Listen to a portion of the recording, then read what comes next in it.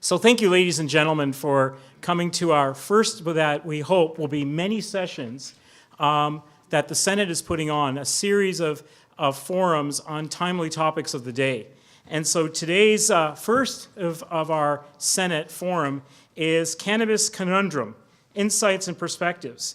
And first and foremost, I really want to thank the planning committee that put together this forum. So Monica Krieger, Judy McMillan, Beth Bilson, and Leslie Lenhart. So I think let's give them a round of applause. So thank you very much for everything that they've done.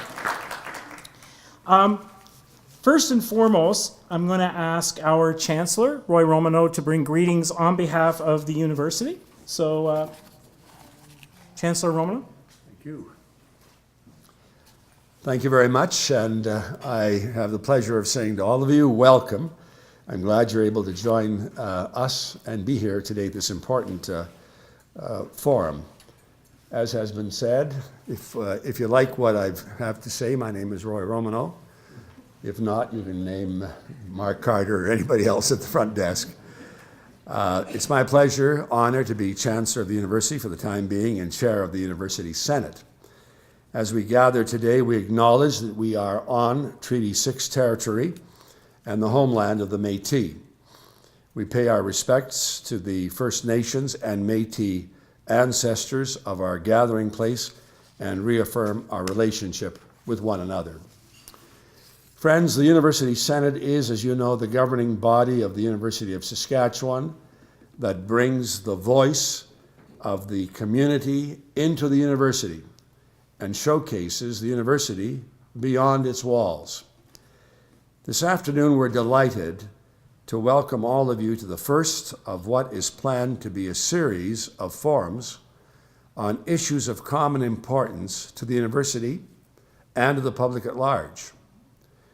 This forum will explore some of the significant challenges for policymakers arising from the federal legislation that has legalized the recreational consumption of cannabis. Our speakers will identify some of those challenges and invite you, all of us, to make comments and ask questions about these very important issues. Our president, Peter Stoichev, has asked me to forward to you his regrets today. He's not able to be with us. President Stoichev, however, sends his very best wishes to all of you, and he asked me to say to you that he hopes you'll enjoy our speakers and conversations this afternoon, enjoy and learn from it. Personally, I'm looking forward to each of the speakers and the discussion bringing their different insights and perspectives to this afternoon's topic, and I hope that you are as well. So without further ado, please welcome our moderator, Dr. Kishor Wasan, a highly regarded pharmaceutical sciences researcher and educator, formerly from UBC, decided to take a step up to the University of Saskatchewan. Dr. Wasan was appointed as Dean, College of Pharmacy and Nutrition in 2014 here at the U of S. In addition to his role as Dean, he is also a tenured full professor. Dr. Wasan has extensive involvement in the development of new research and educational programs and has published over 480 peer review articles and abstracts in top journals on top of it all. He has demonstrated success in leading research initiatives throughout his 24 years of independent research at UBC and now happily here at the University of Saskatchewan. Ladies and gentlemen, I would like to thank Dr. Wasan for agreeing to moderate the discussion today. Please join me in welcoming him to the podium as this event begins. Dr. Wasan, please.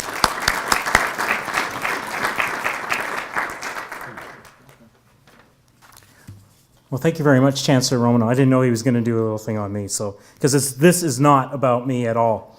So as you know, I think in October, the federal government legalized cannabis and medical marijuana. And this has been building for a number of years now, as you well know. And one of the reasons why I think the forum the Senate Subcommittee Forum decided to pick cannabis as its first topic was because of the fact that we're really in virgin territory. Now, Saskatchewan is actually a leader in cannabis research. The Cannabis Research Initiative of Saskatchewan was established a couple of years ago and is currently co-led by Jane Alcorn, our Associate Dean of Research and Graduate Affairs in Pharmacy and Nutrition, and Dr. Richard Huntsman, who is a pediatrician in the College of Medicine. And there are others that are involved as well. Tim Charbel represents, the agricultural side. Rob LaPrairie is doing great research in the areas of cannabinoid pharmacology. And you'll hear from two of our speakers today that are part of CRIS. In August, we had a very exciting symposium that the CRIS group organized on cannabis. We had a lot of folks from the United States that came up. And right now, the Americans are having a hard time doing research in the area and are actually looking to Canada for the kind of research that we're trying to do. Most of that symposium was focused on the scientific aspects of cannabis. But it became clear to us that looking at the law, looking at public policy, looking at how it's impacting public health was a critical aspect that we needed to have a discussion and forum about. So today, we have three outstanding speakers to talk about, to really touch the surface, because each one of these topics, you could spend a whole symposium on, just on that alone, on these three areas. So the format for today's program is the following. Each of our speakers will be given 20 minutes, not 21, not 19, 20 minutes, to kind of really introduce the issue in their area. And we will follow that up with 15 minutes of dialogue. So you'll have an opportunity right after each speaker to ask questions about each of their topics. And at the very end, hopefully we'll have a few minutes for any wrap-up questions. We see this as a beginning, not really as an end, because we've got to start the dialogue right now. The one last thing I want to mention before I introduce our first guest, on Friday we had an outstanding healthcare roundtable with leaders of the healthcare community here in Saskatchewan. We had leaders from the Saskatchewan Health Research Foundation, and Patrick, who's the CEO, is here today. We had leaders from the Canadian Academy of Health Sciences, and Dr. Jay Carla represented them. We had leaders from the Saskatchewan Health Authority, and Dr. Paul Babin represented that. And we had four ministers, Minister Reeder, Minister Merriman, Minister Baudry Miller, and Minister Morgan from the government. And we spent 2.5 hours discussing some of the key healthcare issues in the province. I got to tell you guys something. When we talked about cannabis, their eyes were aglaze. Because what has happened is, though this is a new federal law, all of the issues are at a provincial jurisdiction, and the province is not sure, all the provinces, not just Saskatchewan, are not sure how to deal with it. And thus, today's talks are actually very important because we've got to work with the government of Saskatchewan to come up with policies and procedures and ways in which we can deal with cannabis moving into the future. So this is a very important day and a very important moment, and I hope you will embrace it, and please ask lots of questions. So with that, I'm going to introduce our first speaker.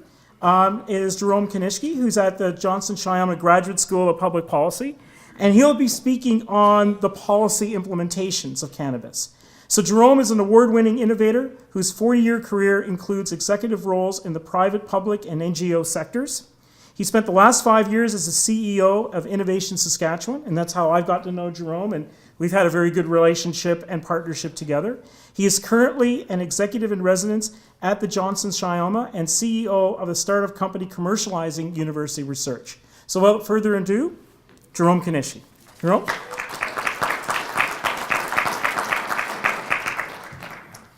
Thank you, Kishor and Chancellor Romanow. Thank you very much for the welcoming words. Also, I'd like to acknowledge special guests in the audience. I think there's a few hecklers amongst them. Jill, not mention any names. And also members of the Senate. Appreciate your involvement in this very timely topic. I became actively engaged in the whole area of cannabis research about a year ago when Kathy McNutt, the executive director of Johnson Shyama at the time, asked me to write a chapter on innovation for a report that she was heading up.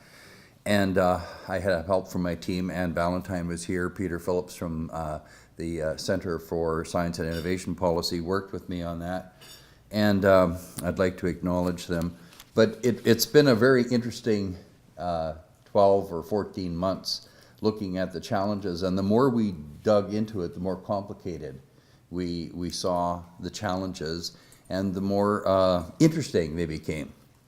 So you start with a policy that in Saskatchewan, nobody was, at least in government, wasn't welcoming this with open arms. So that's the reality, and we may as well just state that. So people who are then implementing this have this issue of, well, we don't really believe in this, we didn't want it in the first place, but now it's imposed on us. So let's understand that that's the context in which we're operating, and there may be some good arguments for why they feel that way. But regardless, it's a reality now, and we must and should focus on how do we effectively implement this legislation. And that's really what we've been really trying to focus on in Johnson-Shayama is. It's a reality, it's not going to change.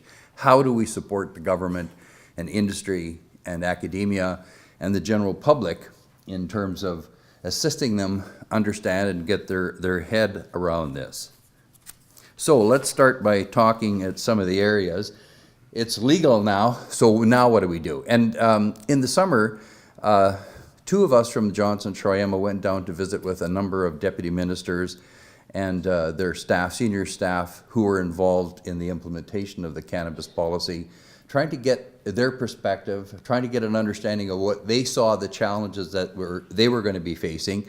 And I have to tell you that it looked like a room full of deer in the headlights. The first comment says, we don't know which data, which report to believe. There's contrasting information, there's conflicting data. Who do we believe? Who's a credible source?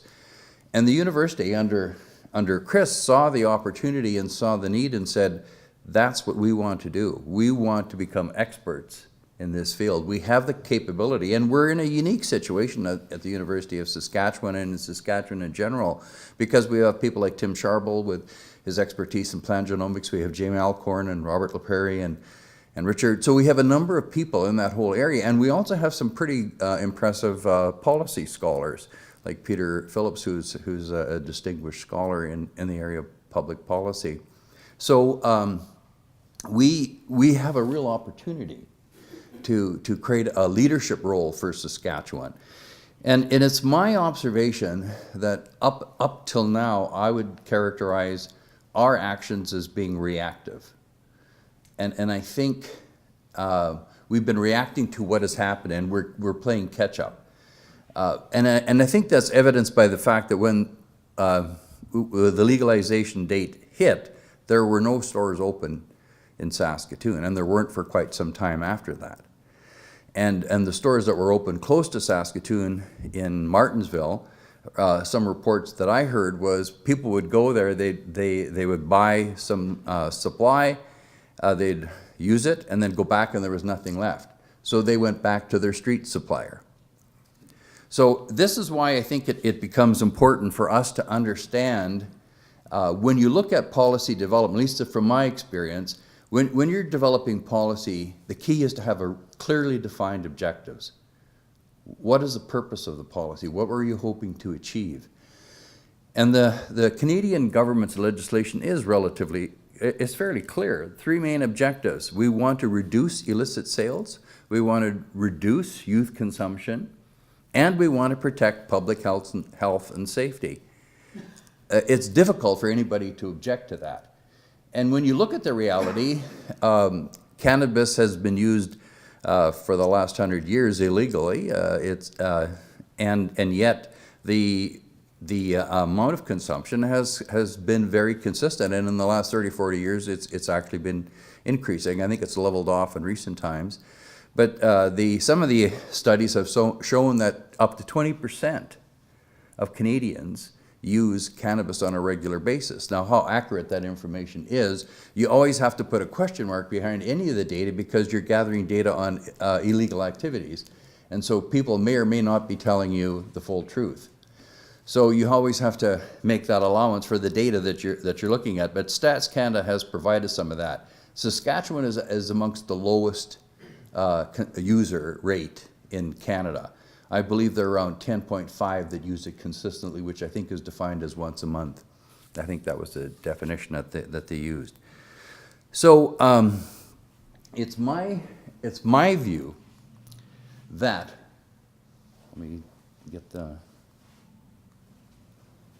do I aim up there? Okay. Well, when all else fails, use the old technology of digital technology. So it's my belief that successful implementation of the cannabis policy will require independent and credible research and innovation. And through my talk, I'll elaborate why and where I think it's important. And I've already indicated that I do believe we have to move away from this reactive mode. So as we look at the implementation, what are the things that we should be focused on? What will I see as factors for success? I believe that, as I alluded to earlier, we have to clearly define what success looks like. And when we asked the people in government, the senior officials, there was an extended silence in the room when we said, how would you define success? And they really had to think long and hard about what that meant to them. And I think at the end, the best answer that someone came up with is, well, we want to see a well-functioning regime for supply and production and sale of cannabis. But in terms of defining specific or desired outcomes, have they got a target related to what are their goals for how much are they going to try to reduce illicit sales? Do we even have baseline data, that says here's what it costs, what illicit marijuana sales, what does it actually cost us as a taxpayer, as a province? Do we know what those costs are? When you look at enforcement, you look at treatment of addiction and other social issues that might be associated with it, not to mention health, which I'll leave up to Michael to deal more into that whole area. So there are all of these hidden costs, and so whenever you make your policy choices, sometimes we stop too short and we don't look deep enough into it and say, well, if we don't understand what the illicit market and the illicit sales are costing us, how do we know if our policy is making a difference? And then, so we have to get that baseline data, and then we're going to have to monitor it to ensure that we see if it's going in the right direction. We also have to provide a lot of public education and awareness. As I indicated to you earlier, the reaction from the provincial officials was that they're really confused by the data that's out there, and I suggest to you that they're not alone. Some people, if you tell them what is the difference between, ask them what is the difference between hemp and cannabis, or what is the difference between recreational cannabis and medicinal cannabis, they don't really know. The reality is that hemp is the only one of those. They're all from the cannabis sativa family, but only hemp has a technical definition. Anything of less than 0.3% THC, it has to be less than that to be considered hemp. But in terms of the specifications related to recreational or medicinal marijuana, it's quite varied. And when you look at some of the existing medicinal marijuana products out there, you can see a wide variety of different profiles of different bioactives such as THC and CBD. And this is one of the things that I think if we're going to be successful in the implementation of this legislation, we're going to have to address those definitions. We're going to have to be really clear on what it is. Right now, I don't suspect that anybody who buys marijuana off the street gets a certificate of analysis saying, here's what the THC levels are, here's what the CBD levels are, and by the way, there's no herbicides or pesticides. I don't know, I haven't bought any, but I'm just, it's a good guess that I don't think they're providing that kind of information. So clearly that's one of the advantages, or should be one of the advantages of legalization, is that people who are users are going to get some guarantee in terms of the quality. They have to know what they're purchasing and what it is, what is the quality of the product. So establishing standards and measurements for product quality. And the other area that is quite problematic is this whole area of impairment. how do we define impairment? THC and cannabinoids create a problem for measuring impairment because it stays in the body for up to 30 days, according to some of the scientific experts I've talked to. So, but the reality is you're not impaired for 30 days. So if somebody gives you a test and you find THC levels in your body, you may or may not be impaired, depending on how long ago it was that you consumed that product. So how are you going to enforce that? Right now there's a zero tolerance. So anybody who has THC in their body they'll have their car removed, or they'll be suspended, at least on a temporary basis. But when you talk to police officers and people at the grassroots levels who are going to have to enforce this, they're really nervous about this because they know that if they go to court, they're going to have a tough challenge trying to fight that. But I'll leave that up to my legal colleague to address some of those issues. So those are the kinds of issues that we have to address in terms of us understanding standards and specifications. So where can we work through our system? Well, I believe that data management, and I've alluded to this already so it won't come as a surprise, is an important part of the successful implementation. And that starts by getting reliable and as good data as we can on certain baseline data. So are we comfortable with the usage statistics we have by age group, by other demographics? And then we have to be able to monitor that and check on it regularly to see if it is in fact affecting, especially with the area of youth. Now youth, defined as people under 18, I believe in most of the surveys I've read, they're the second highest user of cannabis in the province of Saskatchewan.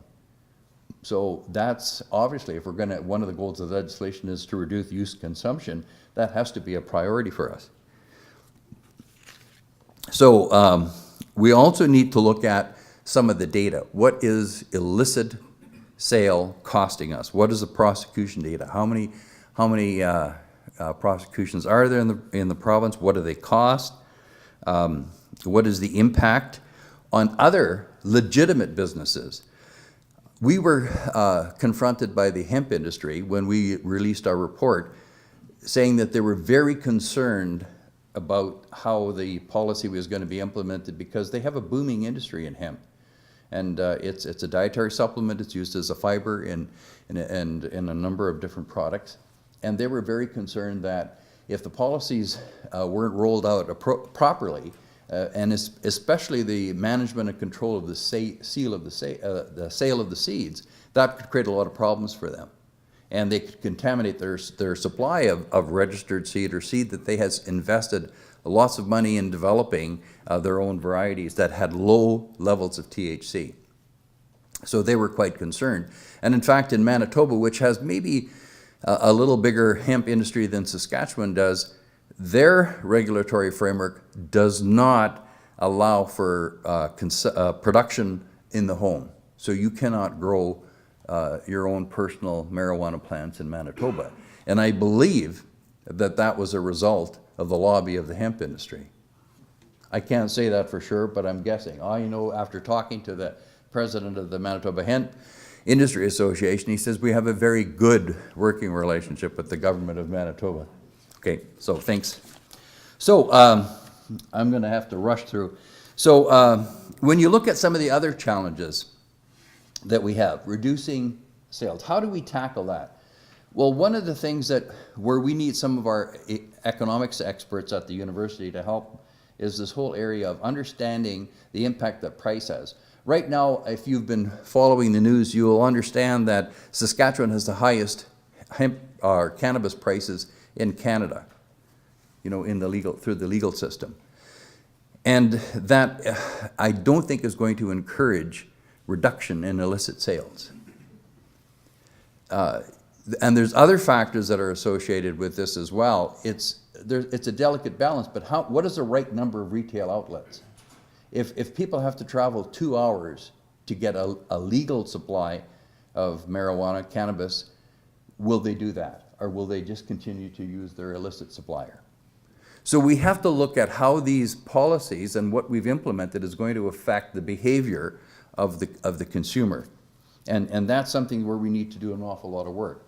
Also, what impact do our regulations have on the cost of the product?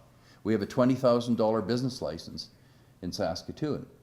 I understand it was hotly debated at City Council, and there was different opinions on council as to which is the appropriate method or approach to take towards the business license. And if you, some of the arguments for doing this was we do not want to add costs to our mill rate. The citizens of Saskatoon shouldn't have to pay for this. But we already are paying for illegal. The costs of illegal sales in Saskatoon are costing citizens of Saskatoon money. Do we know what that cost is? And if we don't reduce illicit sales in Saskatoon, that cost will remain. So how far can we go with reducing the illicit sales in the city of Saskatoon? And what impact, I don't know what impact the $20,000 license actually will have on the businesses, but it adds a fixed cost. And guess who pays for those fixed costs? The consumer.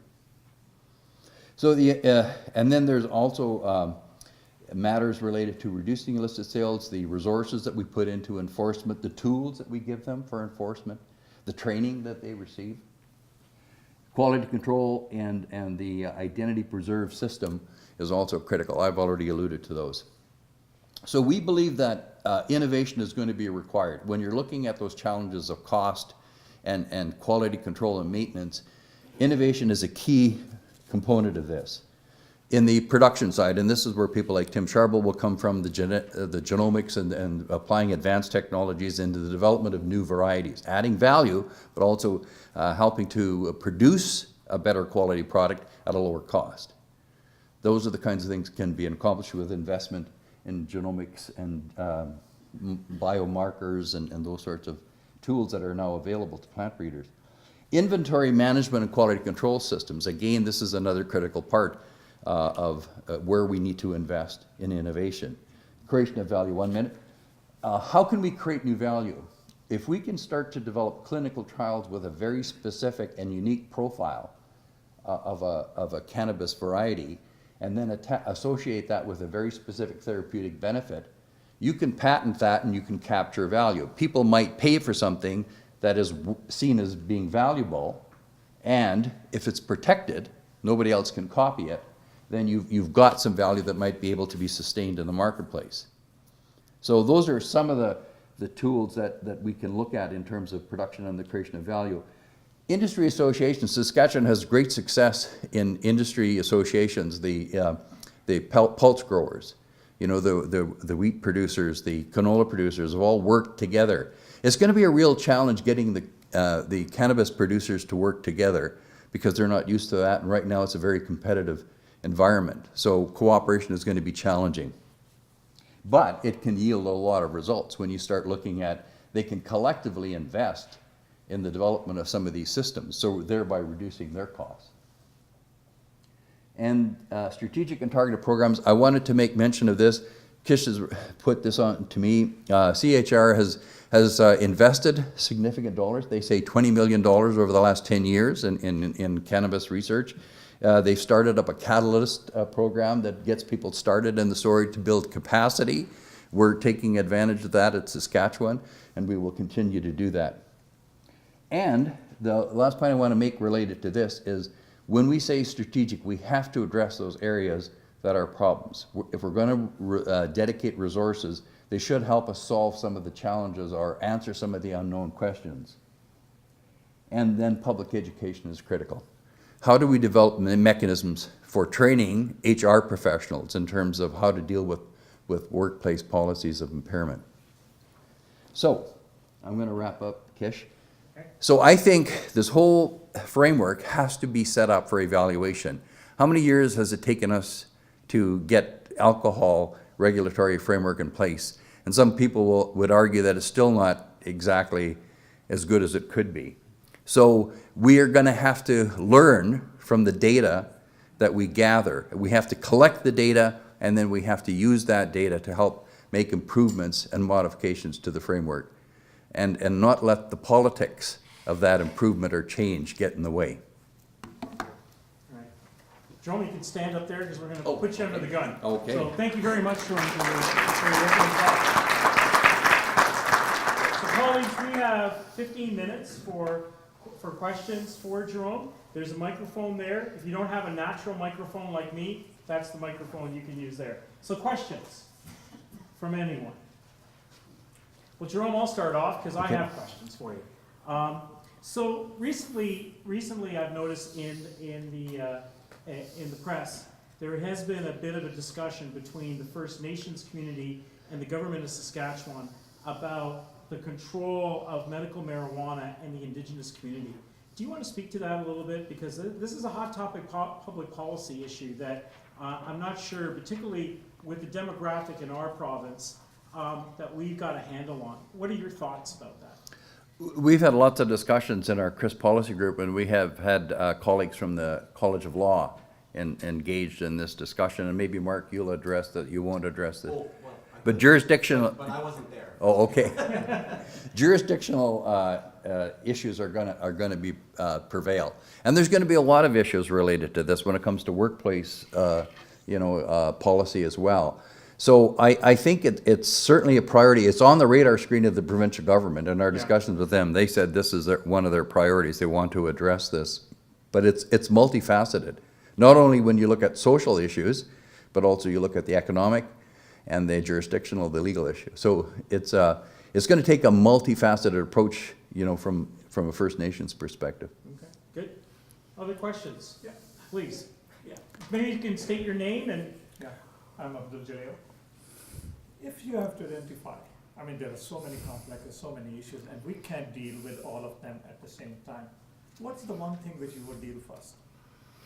Well, I think it seems to me that most people, when you talk to them publicly, and I think at the political level too, their main concern is public safety. So, and I think the area where we have the biggest concern is in the whole area of defining and measuring impairment. Until we get that clear, until we get a tool that's going to give us definitive information and data that's going to say this person is impaired and something that will stand up in court, we're going to have issues with starting with public safety. So I think that's an area that I think has to be addressed, that we have to put and I know there's a lot of people that are actually working on looking at better tools for measuring impairment, but also defining impairment. Other questions? Please, don't be shy. Tim? Tim Charvel. So with reference to the hemp industry, so clearly they're scared of what could come, but that's considering the industry apart from cannabis. What about, have you got any sort of feeling about combining the industries? So, you grow cannabis, sell the flowers and sell the plant, right, as hemp. So, is that something unique that Saskatchewan should be doing? Well, I think you might have the same question for mustard producers and canola producers. So they're from the same plant, family, but they're very different. And one is GMO and one isn't. And of course, when you're selling mustard, that's a big issue. If a lot of your sales is in Europe or other parts of the world where GM products are an issue. So it's a similar thing there. There's a lot of resistance. Like the hemp producers do not want to be associated with the recreational marijuana people at all. And the other thing right now is, and it's related to cost, some people are thinking that the only way they can be cost effective in marijuana production is to do outside production. Like right now, marijuana production is very expensive because you have to build a greenhouse, it's contained. But what if you produced it outside? And there are some people that are looking at that. What sort of systems would you have to have in place to have a secure and a contained production that wouldn't migrate, the products into the hemp field? So. Great. I believe there's a question back here. Yes, sir. I'm Kishor. The question I want to ask is, obviously each province will have its own issues to deal with, but at the end of the day, I guess there will be a lot of common points to deal with the issues that we have listed here. Will there be opportunity for collaboration between the provinces? Yeah. Any effort in that direction, learning from each other and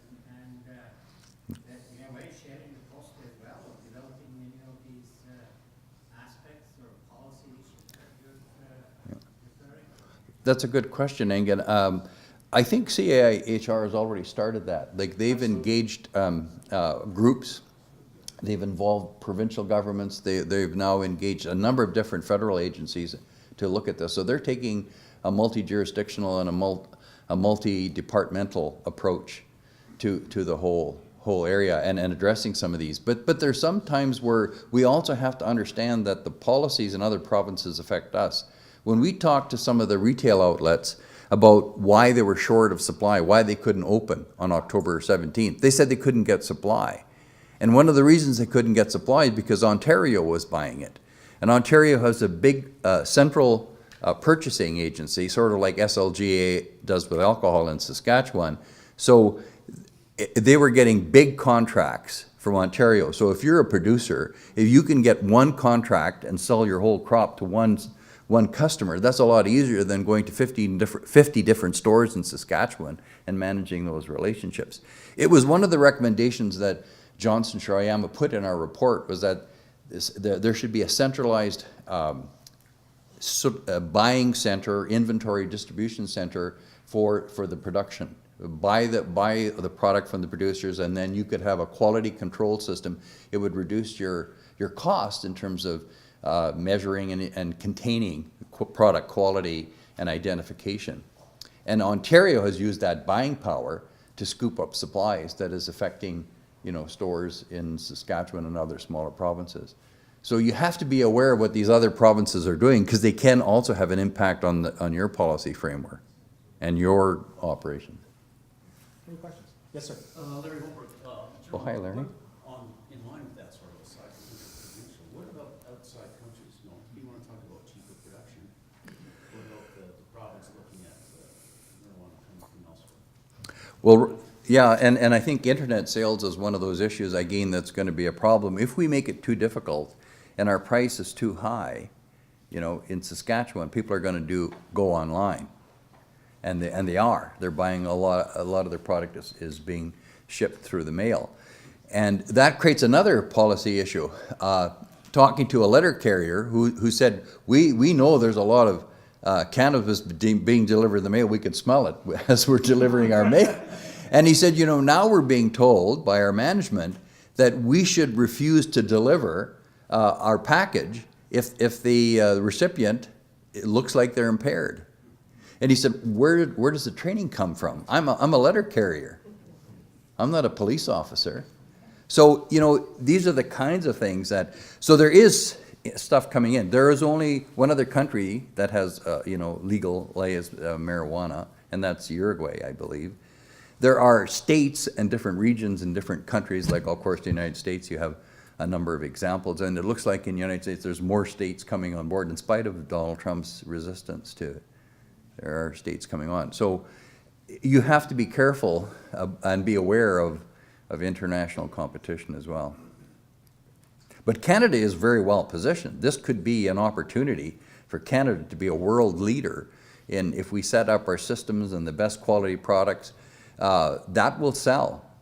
I worked for a dietary supplement company for 10 years, and we started off by having the most aggressive quality control system. We were the first people to offer voluntary certificates of analysis, guaranteeing the content of our products and the specifications. That really helped us sell our product. People will pay for quality. So. All right. With that, we'll move on. Thank you very much, Jerome. I think to get us started. Really appreciate that.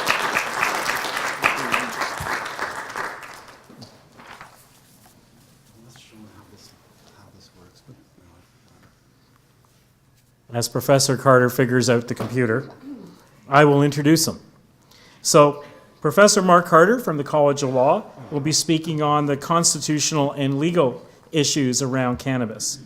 So, Professor Carter teaches and researches in the area of constitutional law, legal theory, and criminal law at the University of Saskatchewan, College of Law in Saskatoon.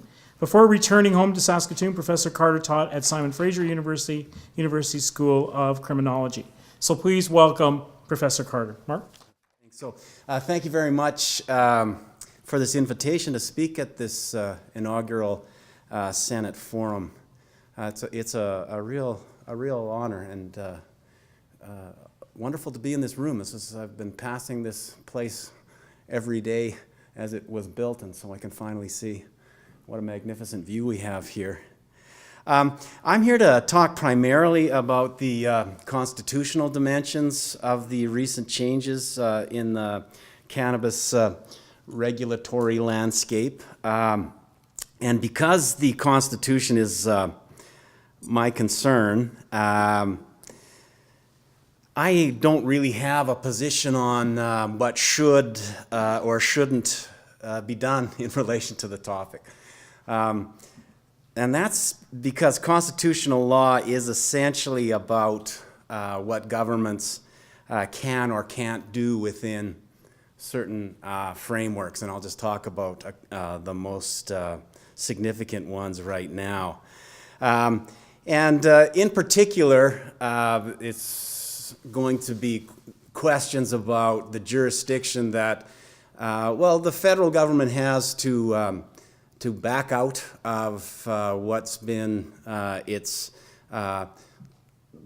fairly significant prohibitions in this area, and the provincial government's jurisdiction to step in.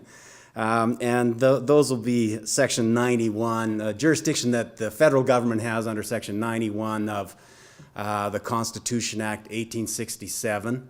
That's the old BNA Act for those of us who were learning about these things before 1982.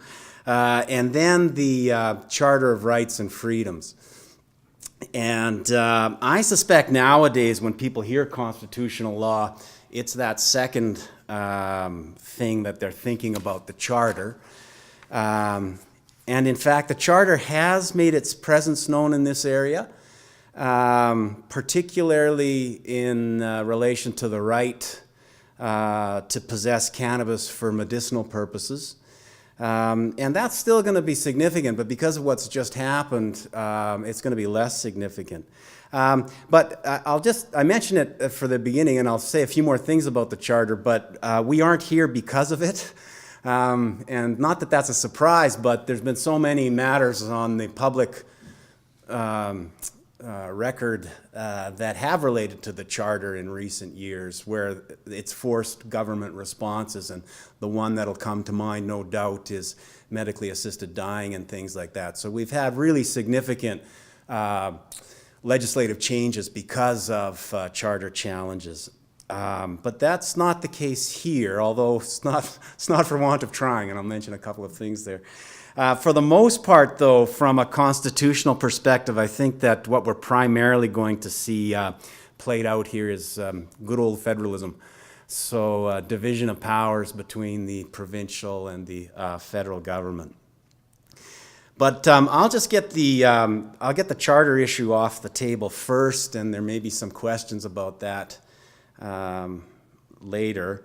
So whatever the courts have said about the restrictions that the Charter places on the ability to access cannabis, and maybe the ability to actually have a right to obtain it, that still applies, and it applies to both the federal and the provincial government. It is the case that the federal government has had the most significant legislation in the area, so that's been the target. So just the most sweeping challenge that we had in fairly recent times to the prohibitions on possession of cannabis for recreational purposes has been aimed at what was the Narcotics Control Act, now the Controlled Drugs and Substances Act. That was based on an argument under the Charter, Section 7 of the Charter. It's the focus for just a lot of the case law that people will be familiar with when government initiatives or government legislation is challenged. But this was the suggestion that the state has no jurisdiction to it's unconstitutional for the state to restrict us from engaging in activity that only harms ourselves. the old nugget of liberal theory, the harm principle. And the basis for it, again, Section 7 of the Charter. Section 7 is our right to life, liberty, and security of the person, and the right not to be deprived thereof, except in accordance with the principles of fundamental justice. Any law that could lead to imprisonment automatically infringes our liberty. So then the question will be whether or not that deprivation is consistent with the principles of fundamental justice, whatever that means. He said, looking at Chancellor Romanow, who I know has spoken on this matter and has had some role in thinking about it at a number of different levels. So if people are interested, we can elaborate on how that argument worked. I'll just say for now that the case in question, which wasn't successful, Malmo Levine, did lead to one of the most dignified judicial pronouncements you can imagine.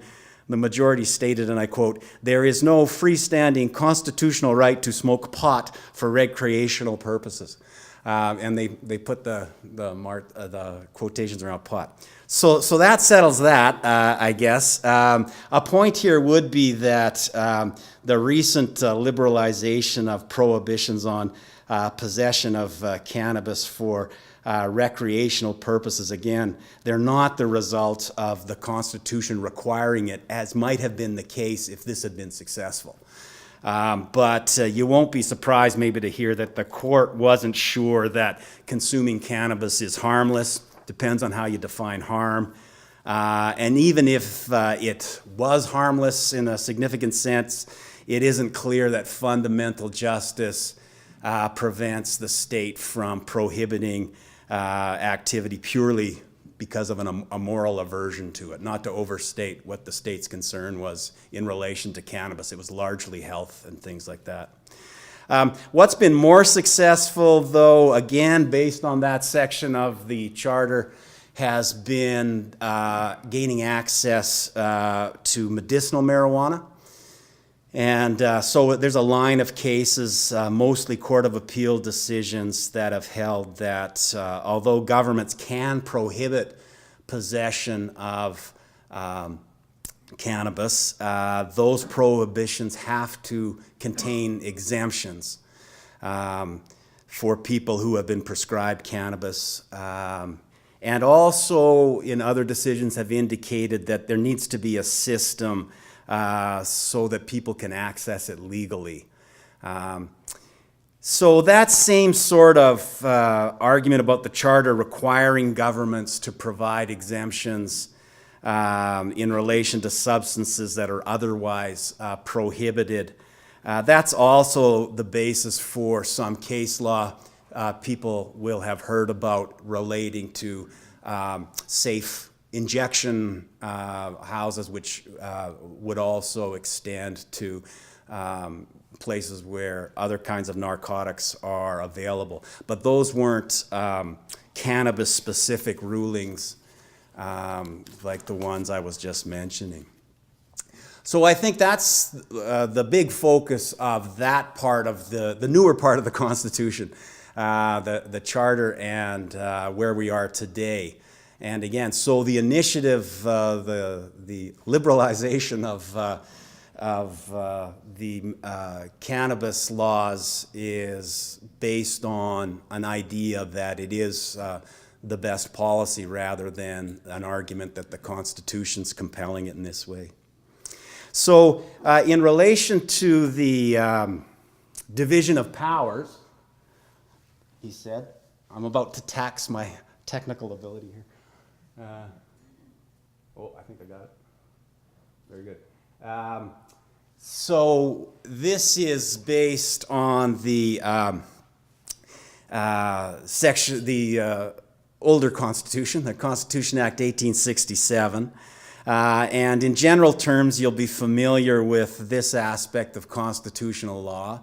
Leaving the Charter aside, the idea is that every conceivable matter of legislative concern is supposed to be either under federal, or I should start with provincial or federal jurisdiction based on how the Constitution identifies heads of jurisdiction under Section 91 and 92 of the Constitution Act. So when it comes to cannabis in particular, you probably expect that jurisdiction that Ottawa has been exercising is its jurisdiction under the criminal law power. So that's 91-27. I won't bother. Take my word on that. The government has plenary jurisdiction over that, as we say. And overall, you'd be right. But something that might only be of interest to people who study and teach federalism is the courts have only fairly recently concluded that definitively. This is not until 2003 that the court identified in certain terms that that is the jurisdiction that Parliament's exercising, the criminal law jurisdiction. Believe it or not, before that time, leading authorities said that the law in this area is actually an example of the peace, order, and good government power at work. And that's what I've just highlighted here. This is the opening, old Victorian language is the opening words of your Section 91, giving Parliament jurisdiction, and you find the famous words peace, order, and good government. The courts have accepted that there are three branches to that power which aren't specifically laid out there. Emergency, the gap branch, and then the one that's significant here, which would be national concern. So anyway, the reason for that has more, the reason why they positioned narcotic prohibitions in peace, order, and good government has probably more to do with arguments about who gets to prosecute criminal law rather than the actual idea of whether or not we'd imagine this to be a criminal law. Provincial crown attorneys actually do prosecute most criminal law that the federal government passes. The federal attorney general was interested in prosecuting more of it. So the Supreme Court was able to duck that issue in a number of cases by finding that certain prohibitions weren't in fact criminal law, and this was one of them for a time. That okay, this is outside there, so therefore they get around this issue. So none of that matters so much. I'll just say that it's a point that remains in kind of the background depending on how the federal government might decide to change the way that it's going to regulate cannabis. Legislation under 9127, this just coming on the horizon here, it's understood to fall under 9127. Whatever the federal government does, it's supposed to have those characteristics. Clear prohibitions, clear punitive responses to that, penalties, not compensatory and things like that.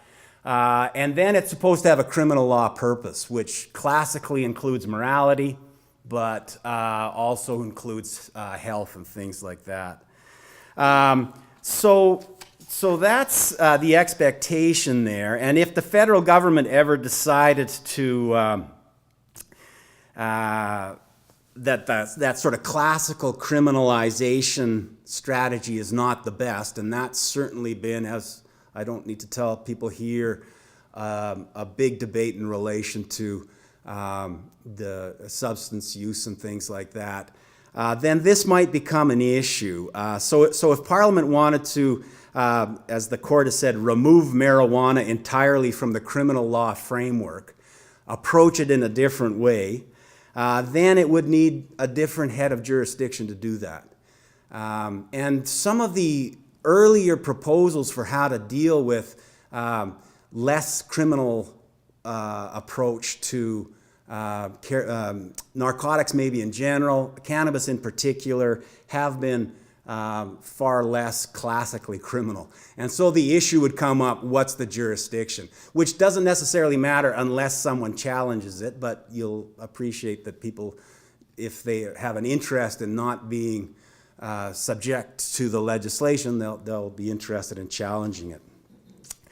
So that's one idea, and so I'll just say that POG continues to be in the background as a possibility there. So that's not, I think, though, anything that did occur with this new legislative change. Cannabis, it hasn't been removed, as the court said, entirely from the criminal law framework. Absolute prohibitions on small possession of amounts, as we know, for recreational purposes is allowed now. But there's ongoing restrictions in relation to age and amounts and things like that. So I think the requirements of criminal law form are largely speaking there, although all this can be debated and no doubt will be. And the criminal law purpose of health and public order would still be something that the government could point to there. So in constitutional law in this area, there's always going to be a debate, though, about the line between what's a prohibition and what's a regulation. And the more a kind of activity is allowed through a statutory framework, the less it seems to be prohibited. And so that'll be the sort of Achilles heel for a federal attempt to identify this as criminal law, to the extent that so much of this is being allowed, etc. So anyway, and the line there would be regulation versus prohibition. Exemptions are allowed classically, clear exemptions to absolute prohibitions, but when the exemptions are too broad, the argument is they become regulations. No bright line. As I always tell my students, it's just a framework for an argument that you may make, but I suspect that'll be made. So stay tuned. You might imagine some challenges on that basis. I'll just say the Supreme Court's been willing to uphold some very regulatory federal legislation under the criminal law power, and I imagine that'll be the case here as well.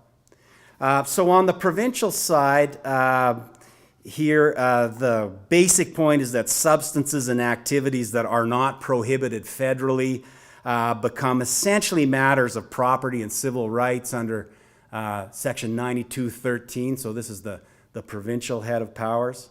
Or things that can be subject to licensing under sub 9, and maybe matters of a purely local or private nature in the province. That's 9216. Always gets thrown into arguments about provincial jurisdiction. Never actually does much independent work, but it'll certainly be a possibility there. I'll just pause here and point out a couple of other things I've got on the overhead here. Okay, no problem. So this is again the provincial head of powers.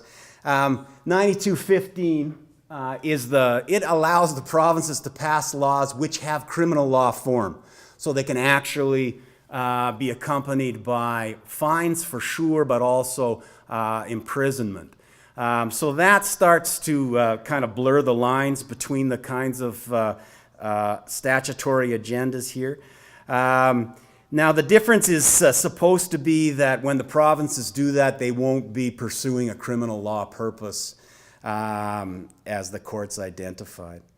So what we're just beginning to step into now is this kind of brave new setting for something that's called the double aspect doctrine, or de facto concurrent legislation.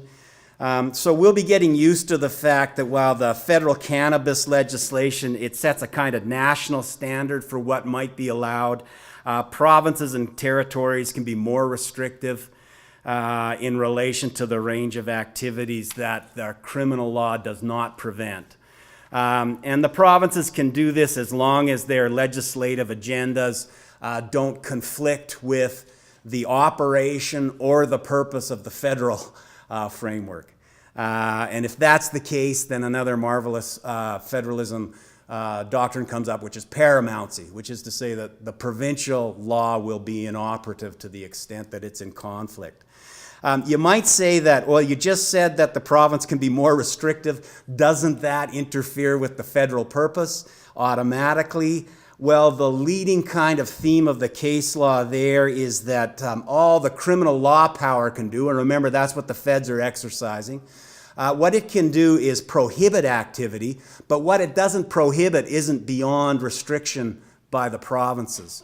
And so that's what is understood to be going on when the province's framework is more restrictive in that way. And we'll be somewhat familiar with this in the context of impaired driving. People will know it's another area of both federal and provincial regulations that seem very similar in many ways, and they are, but you may have heard about the provincial, for example, blood alcohol limits being much stricter than the provincial one, than the federal ones.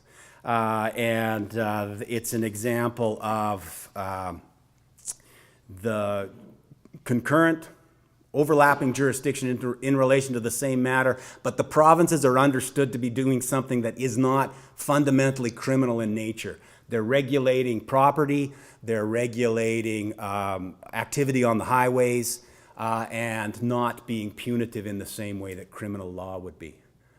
Those are my comments. Okay, great. Thank you, Professor Berg. Thank you. We got a few minutes for questions? Questions? Comments? Please, yeah. Jim? It would seem to me that we're going down the road of excessive enthusiasm for enforcement. Because there used to be kind of a turn of blind eye to a lot of this stuff. But if this should become a provincial source of income through fines, I fear that we're going to be rather going down a very dark path. Yeah, and it may well be. I can't say there's a constitutional issue there necessarily. There's a good, questions about public policy, et cetera, in relation to that. The one issue that would come up from a kind of a federalism perspective is the more something starts to amount to an absolute prohibition and combined with a punitive response, the more there'd be an argument that the provincial regulations, which we're talking about, would be the fancy terms ultra vires, but beyond provincial jurisdiction. But I'll just say, I mentioned how accommodating the Supreme Court has been in relation to federal initiatives that seem very regulatory.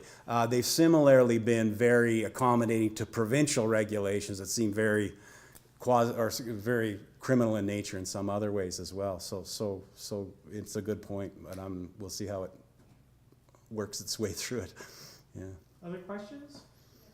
Please, Okay. yeah. Yes, please. I'm a medical patient. Hi. My name is Delaney. Hi.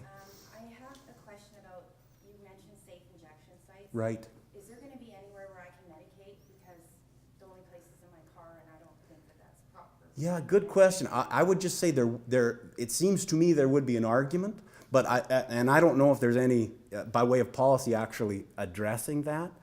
What are my rights as a patient then? Yeah, well, what maybe, as far as the case law that I'm familiar with that predates this, it relates to the idea that there cannot be an absolute prohibition. There must be an exemption provided. But this actually relates to ministerial exemptions under the Narcotics Control Act. And there were selective ones that the minister could make in relation to particular situations. And I'll just say the case in question, or the insight decision, is really very fact and demographically sensitive. So I'll say my suspicion is there's going to be an argument and that kind of thing, but I'm not sure how it would be I resolved. can actually jump in and Oh, answer yeah, part great. of that question for you. So one of my former students runs a safe injection site in East Vancouver. And she was just telling me recently that in British Columbia, they have now starting to extend the law to your particular case. So what I hope will happen, and this is actually to the earlier comment about what's going to happen between different provinces, hopefully they'll talk to each other and we'll have something similar in Saskatchewan. So my guess would be that down the road, hopefully that they will follow the same kind of policy that we already have for safe injection sites for other things, other types of injections. So stay tuned. I mean, yeah, John. Just to follow up on that, if the provinces are talking to each other, what's the role of the federal government if there's problems with the provinces talking to each other with regulations or distribution? Problems is, what are you thinking, Jack? Like, Well, if there's differences in regulations Oh, between yeah. different provinces, does the federal government have a role in any of that? I don't think so, except insofar as someone might want an arbiter, but really constitutionally not. And that's what federalism's all about: experiments in different areas depending on the jurisdiction you have there. So I guess not. Jack, you bring up a great point, because on Friday when we were meeting with ministers during the break, this is what's got them worried, because what they've done, the feds have made the law, but they have now dumped it in the provincial jurisdiction to say, you implement. And everybody's looking at this differently. And so in my profession of pharmacy, the expanded scope of practice for pharmacists is actually different from province to province. And some provinces are allowing pharmacists to do one thing, and in other provinces they're not. And so I suspect this is the same problem that will come up when it comes to how we deal with cannabis. And so I think, so for instance, you might be able to do something legally in Alberta, but as soon as you cross the border in Saskatchewan, you might get hauled into jail. And so this is going to become a big issue down the road. So you bring up an excellent point, and I don't think anyone has the answer. We're at the beginning of all this. I don't think anyone has the answer yet. So it's an excellent comment. Yeah, and my only point is nothing constitutionally requiring it. It sure sounds like good policy to coordinate, So what I'm thinking will happen is the provincial, just like all we as researchers, we all talk to each other. The provincial ministers are all going to get together, and they get together for whatever they get together for. I mean, our Chancellor would know what they do, but they will talk to each other about what's happening in each of their jurisdictions. And eventually, I think what will happen is everyone will come to a common place. But if a province wants to do something different than someone else, they'll probably have the right. Absolutely. There's a question back here. Yes, sir, please. I guess I'd like to get you to speak on a possible conflict that I see between a few principles. I guess you could characterize Canadian law as largely legally positive. We separate morality from legal. Yep. And that'd be like if this is behind, I'd say, legalizing same-sex marriage and things like that. So insofar as law is not meant to regulate, I guess, morality, and we do live in a liberal society kind of based on the harm principle, where if you want to harm yourself, you should, I guess, be free to. We already have, I guess, tobacco legal and alcohol, which don't, I guess, insofar as, anyways, never mind. They don't really have medical benefits that should be discerned, things like that. So, given that we're very willing to sell those types of products and tax them, it seems kind of that the government's attitude, I guess its adoption of these policies seems to be kind of on the side of enforcing kind of a moral perspective. Yeah. No, I think that's right. And again, remember that argument lost as far as constitutionalizing the harm principle. It's still a significant matter of interpretation for the court in different other kinds of sections. But it's a good point that, but that when it's the criminal law power that's being exercised anyway, it's a given that enforcement of moral standards is a well-accepted characteristic of that exercise as far as Section 91 goes. The home of the moral arguments is the Charter, so that's the one that may put some limits on that. And at least in this case, the Malmo-Levine decision from 2003, the court left open the possibility that the criminal law power can continue to be used for purely moral enforcement. And by the way, the argument would be, and that's the decision of the government you elected and that kind of thing.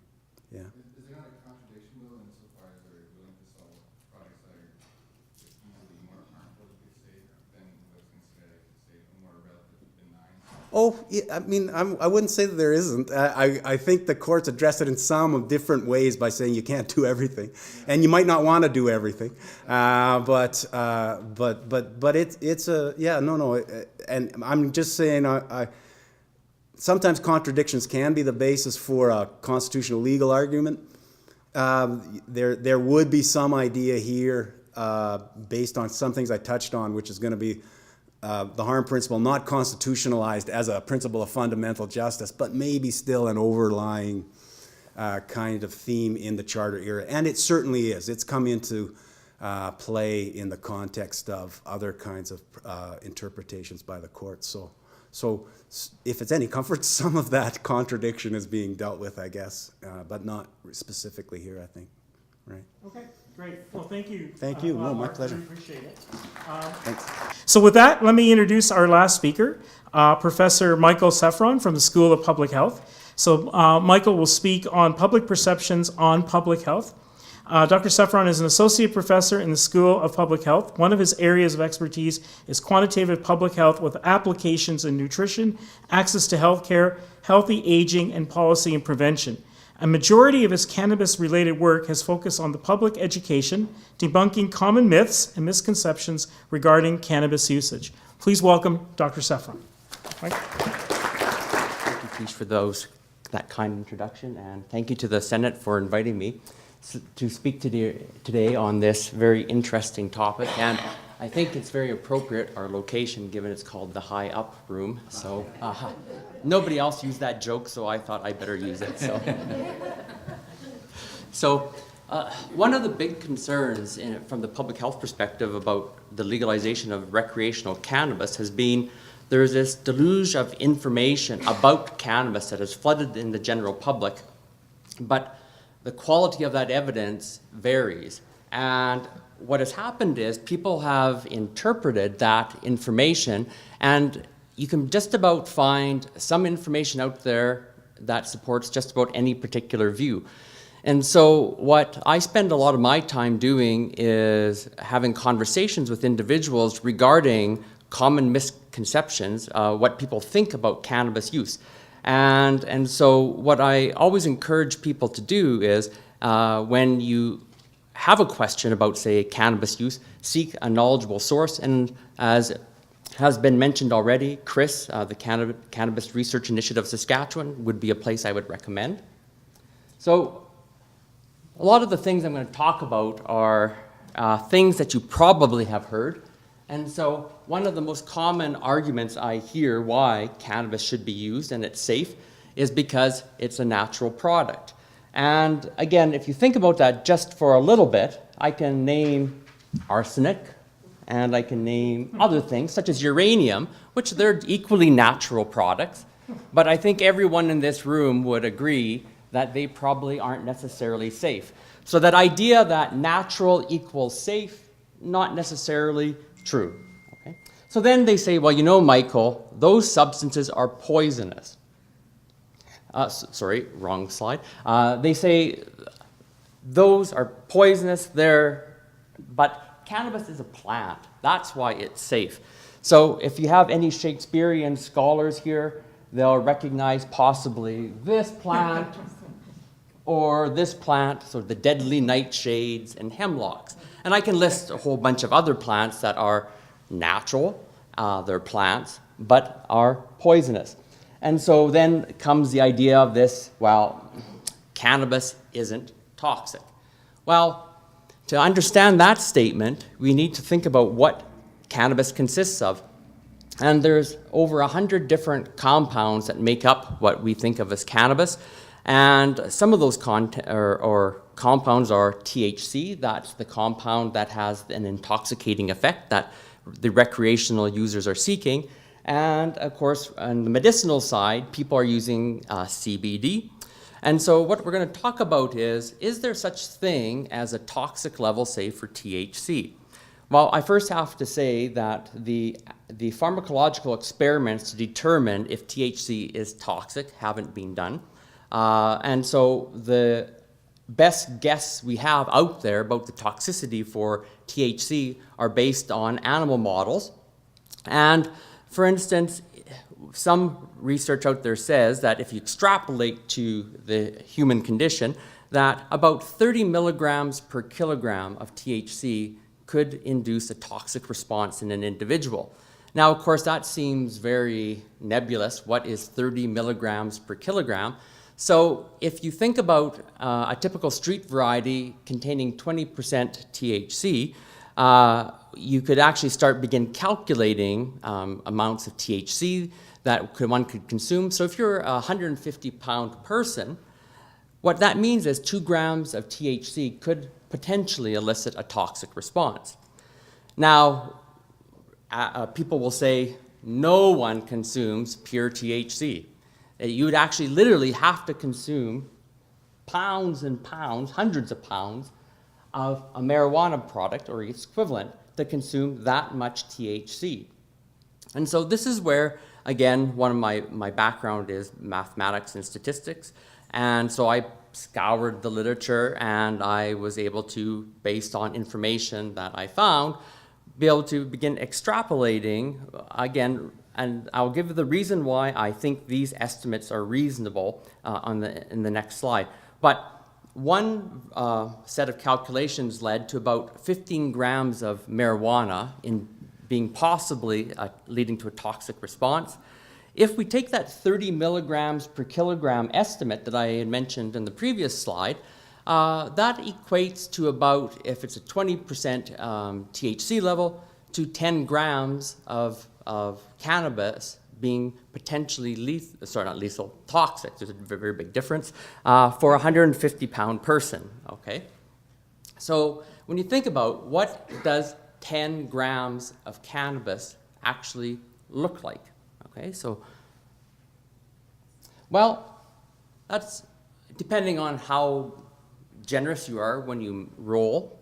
It could be anywhere from 10 to 20 joints, the average being 15. And then, of course, when you think about, people will say, well, nobody will consume 15 joints at one time or in a reasonable setting. And the challenge is that the THC that people are seeking is fat soluble. So it actually lingers around in the body a lot longer than, say, alcohol, which, again, is something that has been legalized for use. And so you think about this fat-soluble substance lingering, and when you think about that, we really don't have, as Jerome had mentioned, we don't have an idea really the level of intoxication associated, the toxicity, if it lingers for 30 days or so in your system, what does that actually, what consequences does that have?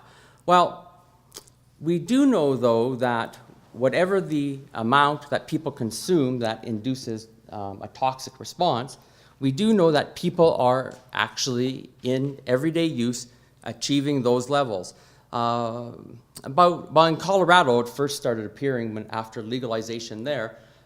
Patients would show up at emergency and they would have vomiting, nausea, some gastrointestinal distress leading to diarrhea. They'd have these hot flashes, and yet they learned somehow that if they actually have a hot shower, the symptoms subsided. This condition actually is exactly the body's toxic response to something, and in all those individuals, it was actually cannabis. And so they've named that condition cannabinoid hyperemesis syndrome. Now, you don't actually have to use a whole bunch chronically to actually reach this toxic amount. Edibles are a very interesting topic, and of course, as we know currently, their use has not been legalized. Now, as we have a wonderful at the back of the room, brownies, there is no medicinal marijuana content at all to those, but... You don't know that. Yeah. So what happens though is, if anybody here has actually made brownies, you'll know that there's about a half a cup of oil in a typical brownie recipe, at least the one my grandmother made, that was really good. Now, why is that half a cup interesting? Well, Cannabis, which is a company which happens to sell medicinal marijuana products, they actually equate 10 grams of cannabis to about a quarter cup of oil. So now I want to make my grandma's wonderful recipe into a medicinal version. I might want to substitute the entire half cup with a cannabis oil. That's actually then, potentially, that pan of brownies could potentially contain twice the toxic dose, okay? Now you might say, well, that's in the whole pan. Another danger with edibles is, well, my friends are smoking or vaping, and I'm seeing they're feeling something. I don't feel comfortable smoking or vaping, so I'm just going to eat my brownie. I'm not acting like them. I don't have any effect. Oh, it's not working. So I eat another one. Still not working. It takes about 1 to 3 hours, depending on your metabolism, for the effect to start taking place. So you could imagine then, if you're comparing to someone who's using by smoking or vaping, you could consume a lot of brownies before you realize and start getting the actual effect. Of course, then you can definitely reach this toxic level, and that is not good. So another thing people will say then, when I again give all this information, they'll say, well, Michael, how unsafe could it be because the government legalized it? Why would they have legalized it if it isn't safe? Well, yeah, we have already heard tonight that the government's legalized other things, such as tobacco use, alcohol use, right? And they have risks associated with them. They're not 100% safe, right? And, you might wonder why I'm talking about all these negative side effects is because social media has done a very good job of telling you benefits of cannabis use.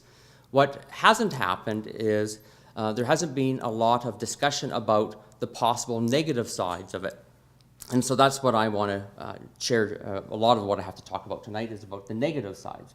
So, of course, I mentioned this argument, well, the government has also legalized tobacco use and alcohol use, and we know they aren't necessarily all that, they have some negative side effects. People will say, well, consuming cannabis products is safer than actually consuming alcohol. Okay? So again, there are some similarities, but there are some very key differences. Again, thinking back cannabis to THC, and that is fat soluble. So it's going to be staying in your system longer than alcohol would stay in your system. One of the interesting things is that if a person uses cannabis on Saturday and they go to work Monday, they actually still could have THC in their system and be over the legal threshold, and so even though you may not be intoxicated.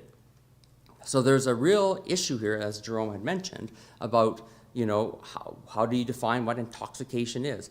And again, if you consumed alcohol on Saturday, there's a very good chance that you would not be over a limit on Monday when you went to work. Okay. So the other one people compare to is, of course, smoking cannabis is safer than smoking cigarettes. Now, not a lot is known about the long-term impact of using any cannabis product. But if you want to go from a harm reduction perspective, you would compare to what is known about something similar. So if we think about smoking cigarettes, we know there are a lot of long-term negative consequences to that, such as COPD, emphysema, lung cancer, okay? Now, one of the things that you can relate back to smoking marijuana is we do know that if you chronically inhale particulate matter into the lungs, it will have long-term negative health or lung outcomes. So again, we may not know from research the exact effect smoking cannabis will have, but again, inhaling this smoke potentially could have those negative, same long-term impacts as smoking cigarettes. An interesting thing with respect to cardiovascular health is that for some reason, individuals who have used cannabis are at 3 times the risk for dying, for a risk of death, over when you compare it to cigarette users. And that, again, it's an association. It's not causal, we don't know, but it's something that's interesting. There is this out for future research to look at. And another consequence that we do know for cannabis products versus cigarettes is There are potentially cognitive issues if people who are developing, that's below the age of 25, and there are potential mental health side effects, such as psychosis disorders, including schizophrenia, being bipolar, depression, that are also believed to be associated with cannabis use in certain groups and certain populations.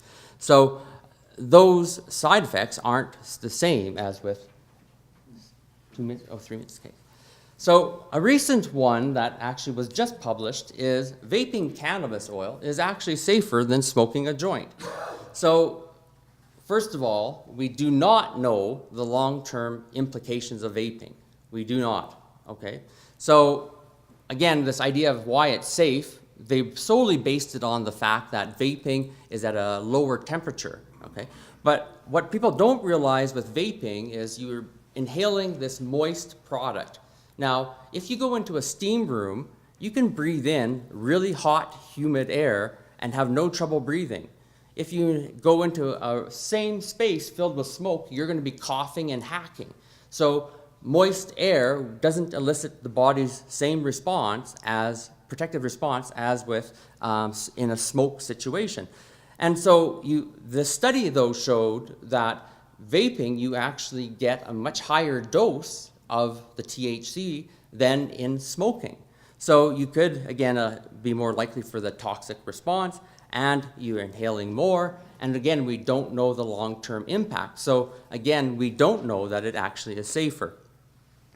Another big thing is cannabis is not addictive. Well, Health Canada has actually put out a statement: the continued and frequent and heavy cannabis use can cause physical dependency and addiction. So that's enough said about that. Okay. Another interesting thing is about being able to drive. There's a huge range of time estimates provided, and here I picked 5 hours because a recent study from McGill under certain situations claimed that you could safely drive 5 hours after using cannabis. Now, the challenge with that study was the conditions of using were not really what you would do in reality, and they actually never measured impairment in terms of a legal definition. So based on this statement, there are a number of people who think I can smoke, look at my watch, 5 hours later, drive home, but if you get stopped by the police, you still could be in big trouble, okay? So the one that I'm horrified by, these are all pretty worrisome to me, but and this is where research can be misinterpreted and go wrong really quickly. So you might have heard that in chemotherapy patients, they allow chemotherapy patients to use medicinal marijuana for treating nausea. Well, that's a bit of a twist. They actually initially use it to stimulate appetite, okay? It's not about the nausea, it's about stimulating appetite. But somehow it's morphed into treating nausea. But there are homeopathic and health professionals out there now who have gone a step further. They're actually saying to pregnant mothers who have morning sickness, oh, why don't you use cannabis to alleviate your morning sickness? In Colorado, it's estimated that about 10% of expecting mothers in their first trimester are using cannabis to treat their morning sickness. Now, there are known cognitive impacts of using cannabis below the age of 25, so I can't even begin to imagine what's going to happen in that developing fetus, okay? So don't use if you're pregnant. And one step further is they will recommend for mothers who end up are breastfeeding, they also will recommend using cannabis so that it will, if you relax you, so your milk will flow better, but THC does cross the placental barrier, it also crosses into the breast milk, so not a good thing for your infant. Now, the last one I want to talk to you about, and you probably know people who say this. I know someone who's used it for years and they're fine. I actually had someone phone me at 10:30 at night after an interview I had done on the radio to tell me this. And they said they had no mental health problems because that, like I had said. Anyway, I challenged them on that issue, thinking they had the need to phone me at 10:30 at night to tell me that. But Sorry people, for calling you, Mike. I was trying to be discreet. I know. Yeah. So the interesting thing, like, they really believe that there are no long-term consequences, and that, again, we do know a little bit about there are long-term consequences, and for the general public, you know, where should they go to actually get correct information? Well, I'm recommending go to a reliable source such as Chris. There are very negative consequences. There are positive side effects also, but there are very negative side effects. One of the big issues is social media tends to propagate the misconceptions, and unfortunately a lot of people are using social media as their primary source for the impact of cannabis. So once again, I want to end on the note, seek information from a reliable source such as experts who are at Chris. Thank you. Thank you very much. So we have a few more minutes for questions for Professor Saffron. Questions? Yes, please. I'll use the microphone just in case I don't project very well. My name's Ann Doig, and I'm a recently retired family physician. I'm going to put out there to you that the phrase medicinal marijuana is in fact a political construct. It is not really a genuine description of a substance that we use with informed prescribing habits. I really enjoyed your talk, Michael, and I like the fact that you've tried to dispel some of the myths that are out there. Cannabis is the only product that people come into my office, or came in until I retired, asking for by name with the expectation that I would indeed give it to them by name, by request. If they came in and said, "Can I have a tablet of OxyContin?" they'd be labeled as a drug seeker and I wouldn't prescribe for them. If they came in and said, "I have a sore throat, will you give me penicillin?" I would say, well, most sore throats are viral and penicillin is not the correct treatment for a viral illness. Cannabis is the only thing that people come in, and believe me, they have every reason for asking for it that I could think of and then some. All different kinds of pain syndromes, all kinds of mental health syndromes, all kinds of other issues. All of these people are genuinely seeking help. Some of them, probably most of them, have been self-medicating with illegal substance prior to coming in. And there's probably a lot more of it out there than most physicians recognize, because people don't tell us until they think they can get it legally, Right. and then they ask us for it. It's the only drug that I'm being asked to prescribe for which I don't know the correct indications, I don't know the correct contraindications, I don't know how to dose it, I don't know how to monitor my patient for the efficacy or for the side effects. And yet, public policy is saying, A, that I should be prescribing it for those patients who need it, and B, that the rest of the world can get it recreationally because it's legal. You know, you raise a very good point. I mean, there is a debate about should cannabis just become, not separate the recreational from the medicinal side. My personal stance is I think we need both because there are some therapeutic benefits to cannabis. One of the challenges is we're just in the infancy of that research. We actually don't know, as you said, the dosaging, any of the counterindications. We don't know that. That research is currently being done. And as a result, what we want to, again, I'm always from a harm reduction perspective, right?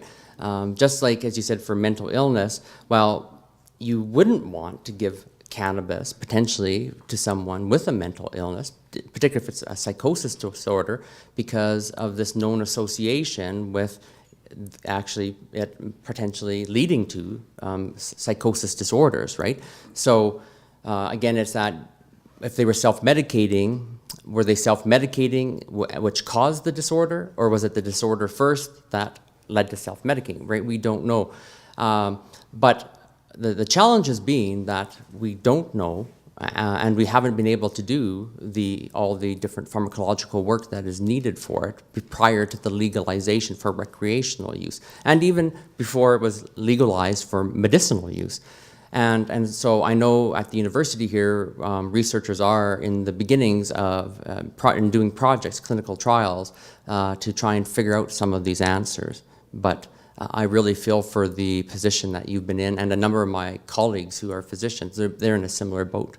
And if I might, as a supplemental, the other piece of that, and I know you know that as a researcher, as does the rest of the panel, is the head-to-head comparison against, because you've rightly alluded to the myth that it must be better because it's natural. Yeah. I get that in all other kinds of Yeah. hormone replacement therapy. You name it, Yes. it must be better because it's natural. That is not necessarily true.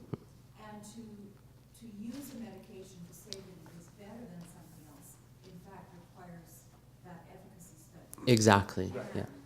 The side effects. Exactly. Yes. No, I completely agree. Tim, I'm going to give you the last word because we're running short on Really? time. Sorry. go So for let it. me just, I would like to speak to that because, and not in a critical way in any way. So I'm a professor at the university here. I'm a plant genomist, I do plant genomics. I run a lab here, I run a lab in Germany where I've spent the last 20 years and so on. So I have two large consortia in Europe where I work on, one is chamomile, and so looking at digestive problems, and the other one is St. John's wort, where we have an extract which increases transport across the blood-brain barrier in dementia patients. Now, so simply speaking to the medicinal marijuana aspect of your comment, the thing in Germany, and they're incredibly strict. So chamomile and St. John's wort can be given as treatments to patients without any regulatory hurdles, just simply because it's a medicinal plant, right? So it's controlled by a medicinal, and there's no, whereas the work we're doing, so I've also been funded for about 4 million euro, and I've got these consortia running, and what we're doing is looking at the genetic variability of these plants. The biochemistry that we utilize as human beings in these plants, for the most part, have been used, to combat against parasites, insects, and so on. And because of that, plants have genetic structure and population structure just like human beings do, and within those within that population structure is nested biochemical variability. So when you say cannabis does X, so when I watched all of this, right, in the back of my head, I'm looking, it's like you can't essentially. You couldn't say virtually any of this, because what we really should be saying is this strain of cannabis does X, or this combination of biochemistry does Y, and so on, right? Right, and or what are the effects of it? And everyone talks about THC and CBD, and we know there's a whole suite of other things that go together and so on, right? So rather than seeing this as inhibitory to our progress, what Jerome was alluding to, and what I strongly feel like, is that we're in the position to be the first ones there, making taking the plants, starting those plant studies, treating cannabis as a crop, as any major crop, and then tracing that pathway all the way down to the patients and the users eventually as well. And then we can make a true concerted effort towards the utilization of a medicinal plant for human betterment. We're using cannabis as the driver right now because there's a lot of cash in it, but when we look at government policy and everything, the money is all placed into curing human beings for our horrible lifestyles, right? And what we should be doing is stepping it up, and there's a whole pile of alternative proteins, medicinal plants, and so on and so on. Those are the things that we really should be investing the money in to generate a healthy population. So the take-home message I'm only saying is that I completely agree with you in terms of the lack of information, right? But once again, I don't see that as inhibitory. I see that as a challenge and an opportunity for us. And we are doing these things on campus now, right? And so I'll just leave that out there because that was the last. Thank you very much. Okay. All right. Okay. One last thing. I'm going to give you the last word. Go for it. We feel just as it's scary to bring it up to the doctor, so I think that's maybe why it's not being a conversation yet, because on both sides, it's a scary topic. Absolutely. Absolutely. And you wanted to mention something? Well, I just wanted to mention, as a medical patient, the importance between recreational and medical, I've suffered from Crohn's disease for over 2 decades, Mhm. and I was against cannabis because I was an addiction counselor for 15 years. But then after several pharmaceuticals and horrible side effects from Remicade and opiates and all the drugs that they were giving me, I decided to use cannabis, and I've been in remission for 3 years. So for me, as a Crohn's patient and having a lot of Crohn's support, people who are also patients using, having it as a possible first resource rather than a last one, because I went through 5 years of not working, hospital visits, I was down to 95 pounds, I could not get it under control, and then finally I was like, I'm desperate, I'm gonna die, I'm planning my funeral songs, so I'm gonna try cannabis, and within 3 days, I was feeling better. So I just want, Okay. I think on that wonderful inspirational note, I think we will call this to a close. First of all, let's thank all of our speakers for taking the time to do this program. And thank all of you for coming out. I know every time we do something like this, around 4 to 6 o'clock, everyone gets hungry. So please, we've got time for networking. There's food in the back. Please stay and talk to each other. And I hope to see you again at the next forum that we'll be doing in several months as I look at that bill. Thank you very much, everybody, for coming out.